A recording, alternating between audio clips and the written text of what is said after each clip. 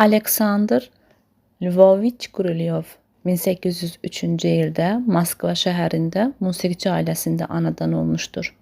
Onun atası bəstəkar və dirijor.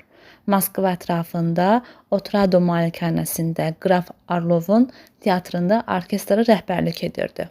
Aleksandr Qurulyov hələ kiçik yaşlarında bu orkestrda skripkada çalırdı. Qraf Orlovun orkestri o dövrün ən yaxşı simfonik orkestrlarından biri idi. Musiqi təhsilini Qurulyov atasından alır. 1831-ci ildə qrafın vəfatından sonra ata və oğul Qurulyovlar azadlığa buraxılmış və meşşan təbəqəsinə aid edilmişlər. O dövrdən oğul Qurulyovun tanınması başlanır. O dövrdən o əsərlərini nəşr etdirməyə başlayır və onun adı Varlamovla bir çəkilir.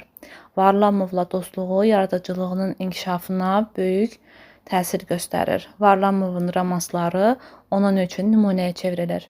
Qurulyov həm də gözəl pianoçu, ifaçı və pedaqoq kimi tanınmağa başlayır. O bir sıra fortepiano əsərlərinin müəllifi idi. Qurulyovun bütün ömrü boyu maddi təminata ehtiyacı olmuşdu. Ömrünün son illərində onun həyatı psixi xəstəliyi səbəbindən ağır keçir. Qurulyov 1858-ci ildə Moskvada vəfat etmişdi. Vokal yaradıcılığı.